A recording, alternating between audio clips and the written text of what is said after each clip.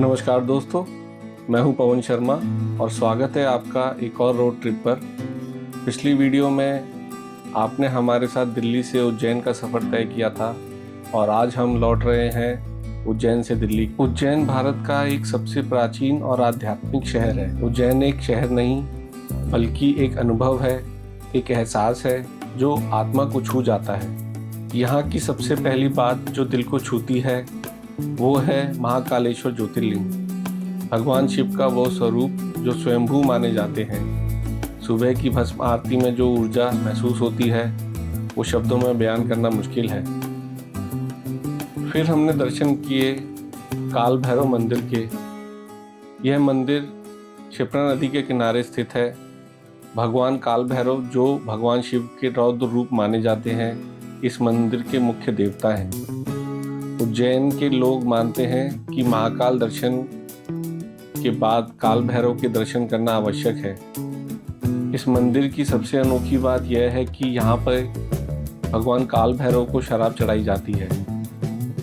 राम घाट पर बैठकर क्षिप्रा नदी की लहरों को निहारना और शाम की आरती में शामिल होना, यह सब मन को एक अलग ही शांति देते हैं। उज्जैन का जंतर मंतर, हरसिद्धि माता मंदिर, गढ़ कालिका मंदिर और संदीपनी आश्रम, हर जगह इतिहास और आध्यात्म का संगम देखने को मिला। तो दोस्तों, अगर आप कभी आत्मिक शांति की तलाश में हो तो उज्जैन जरूर आइए। यह शहर आपको बदल देगा अंदर से। अब जब हमारी कार दिल्ली की ओर बढ़ रही है तो मन में एक अजीब सी खामोशी है। उज्जैन ने हमें बदल दिया, सोचने का तरीका, महसूस करने की क्षमता और जीवन को देखने का नज़रिया। दिल्ली की रफ्तार में लौटते हुए मैं ये अनुभव अपने साथ ले जा रहा हूँ। अगर आपने उज्जैन की यात्रा नहीं की है तो मेरी सलाह है, एक बार ज़रूर आइए। यह शहर आपको सिर्फ दर्शन नहीं देगा बल्कि आत्मिक ऊर्जा से भर देगा। अगली मंजिल दिल्ली है और दिल्ली का सफ़र हम लोग कोटा, बूंदी, सवाई माधोपुर, फरीदाबाद होते हुए पूरा करेंगे। अगर ट्रैफिक और मौसम ने साथ दिया तो ये 750 किलोमीटर की दूरी पूरी करने में हमें लगभग 12 घंटे लगेंगे। तो चलिए हमारे साथ इस सफ़र की शुरुआत करते हैं, मंजिल और रास्तों की बात करते हैं। हमारे साथ बने रहिएगा दोस्तों, क्योंकि वीडियो में आगे हम बताएंगे कि इस रूट पे आप क्या गलती ना करें जो गलती हमने कर दी थी। उज्जैन शहर से निकलकर हम पहुंच चुके हैं उज्जैन गरोठ रोड पर। उज्जैन से गरोठ की दूरी लगभग 133 किलोमीटर है। यह एक शानदार 4 लेन सड़क उज्जैन को दिल्ली मुंबई एक्सप्रेसवे से जोड़ती है। इस सड़क पर कार की स्पीड लिमिट 100 किलोमीटर प्रति घंटा है और ड्राइविंग का अनुभव वाकई लाजवाब है। सड़क के दोनों ओर फैले हरे भरे खेत और उनके बीच घूमती हुई विंड मिल्स इस सफ़र को और भी खूबसूरत बना देते हैं। अगर आप नेचर और स्मूथ ड्राइविंग के शौकीन हैं तो यह रोड आपके लिए एक परफेक्ट रूट है। दिल्ली मुंबई एक्सप्रेसवे पर चढ़ने से ठीक पहले ही हमें रेस्टोरेंट और पेट्रोल पंप मिल जाते हैं। अब हम आ गए हैं दिल्ली मुंबई एक्सप्रेसवे पे।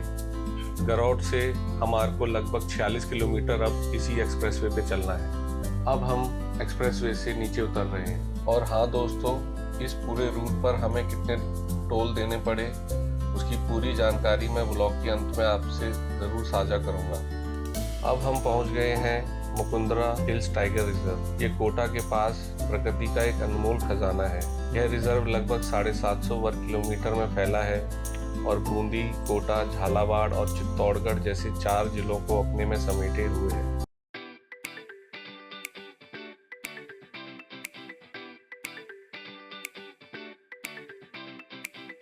यहाँ की हरियाली, पहाड़ों की शांति और वन्य जीवों की हलचल इसे प्रकृति प्रेमियों और एडवेंचर के शौकीनों के लिए एक परफेक्ट डेस्टिनेशन बनाती है।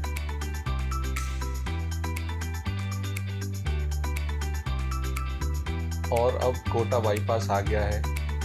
वैसे तो हमें यहाँ से बूंदी की ओर बाएं मुड़ना था, लेकिन गूगल मैप हमें दाएं जाने का सुझाव दे रहा है। शायद ये रास्ता हमें सीधा दिल्ली मुंबई एक्सप्रेसवे से जोड़ दे। चलिए देखते हैं आगे हमारे साथ क्या होता है। ये सफ़र हर मोड़ पर एक नई कहानी लेकर आता है।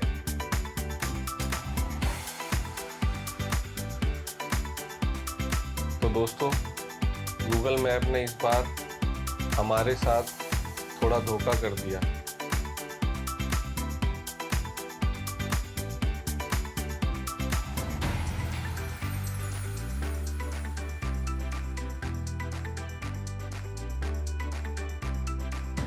हमें लगा कि ये रास्ता हमें सीधा दिल्ली मुंबई एक्सप्रेसवे से जोड़ देगा, लेकिन यहाँ से एक्सप्रेसवे की एंट्री बंद है।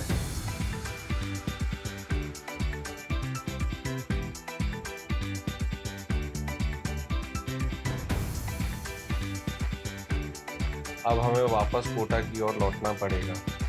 इसलिए आपसे एक गुजारिश है, जब भी इस रूट पर आएं, सिर्फ गूगल मैप के भरोसे ना रहें।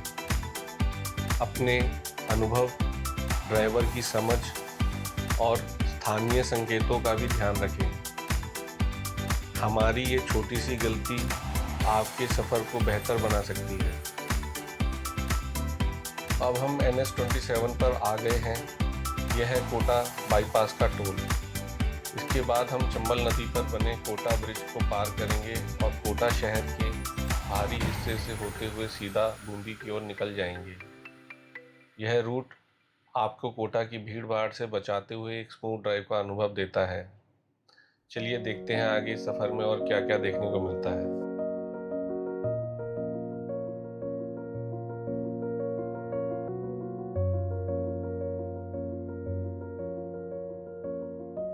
आज तो गूगल पूरा ही कंफ्यूज कर रहा है। ये देखिए, मेन हाईवे को छोड़ के इसने कहाँ हमें गाँव की पगडंडियों में डाल दिया है। कहीं 3 किलोमीटर चलने के लिए कहती है राइट, कहीं 2 किलोमीटर चलने के लिए कहती है लेफ्ट, और हम यहीं घूमे जा रहे हैं, लेफ्ट और राइट, लेफ्ट और राइट। और ये कंटिन्यू आज के दिन कई बार हमारे साथ इस तरह से हमें मिसगाइड कर रहा है। हम उज्जैन से सुबह 9 बजे निकले थे और अब समय हो गया है 3:30 और हम NH-148 पर हैं। आज गूगल मैप की वजह से हमें काफ़ी परेशानियों का सामना करना पड़ा, जिसकी वजह से लंच का समय निकल गया। लेकिन सफ़र में आगे बढ़ते हुए हमें एक ट्रक ढाबा मिल गया जहाँ कई ट्रक खड़े थे। यहाँ का खाना सादा और ताज़ा था, बिल्कुल घर जैसा स्वाद। अगर आप कभी दोस्तों के साथ रोड ट्रिप पर हैं तो ऐसे छोटे छोटे ट्रक ढाबों पर ज़रूर रुकें। यहाँ का खाना न सिर्फ किफ़ायती होता है बल्कि सफ़र की थकान भी मिटा देता है। अभी दिल्ली की दूरी 445 किलोमीटर है और हमें लगभग 6.5 घंटे की ड्राइव और करनी है। दोस्तों, अगर आप राजस्थान और मध्य प्रदेश की सड़कों पर यात्रा कर रहे हैं तो अपनी गाड़ी की स्पीड हमेशा कंट्रोल में रखें। यहाँ की सड़कों पर अक्सर आवारा पशु अचानक सामने आ सकते हैं। कई बार तो पूरे झुंड के झुंड सड़क पर मिल जाते हैं। ये न सिर्फ आपके सफ़र को धीमा कर सकते हैं बल्कि कई बार दुर्घटनाओं का कारण भी बन सकते हैं। इसलिए सफ़र के दौरान सतर्क रहें, स्पीड लिमिट का पालन करें और अपने ड्राइविंग इंस्टिंक्ट का इस्तेमाल करें। याद रखिए, सुरक्षित यात्रा ही सबसे अच्छी यात्रा है। अब हम सवाई माधोपुर से दिल्ली मुंबई एक्सप्रेसवे पे एंट्री ले रहे हैं।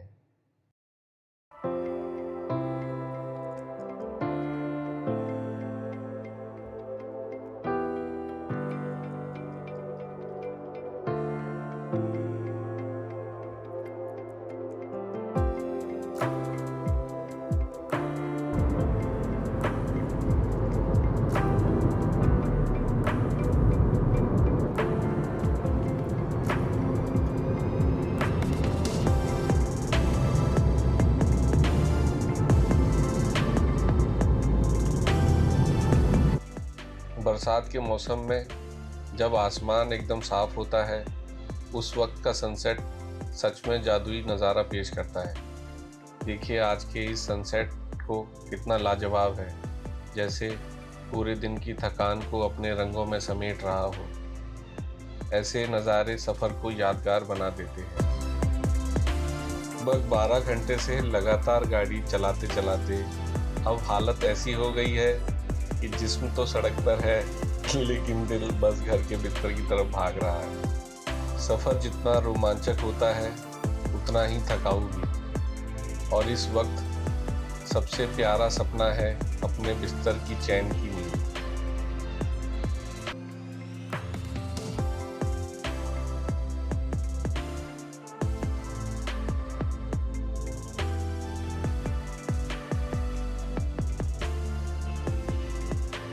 अब समय हो गया है 8:30 और हम दिल्ली मुंबई एक्सप्रेसवे को पीछे छोड़ते हुए DND KMP एक्सप्रेसवे की ओर बढ़ रहे हैं।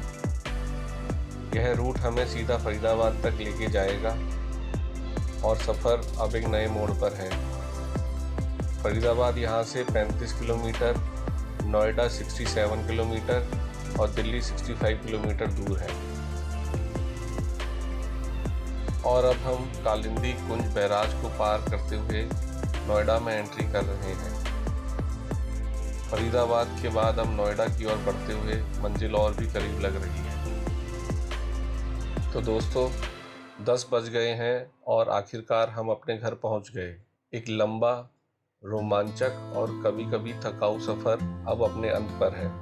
इस ब्लॉग के ज़रिए हमने उज्जैन के बारे में अपना अनुभव, रास्तों की खूबसूरती, कुछ गलत मोड़ों की सीख और ढाबों की सादगी, सब कुछ आपके साथ साझा किया। उम्मीद है आपको ये यात्रा पसंद आई होगी। अगर आपको ब्लॉग अच्छा लगा हो तो लाइक करें, शेयर करें और चैनल को सब्सक्राइब करना ना भूलें। मिलते हैं अगले सफ़र में। तब तक के लिए अलविदा और सुरक्षित यात्रा करें।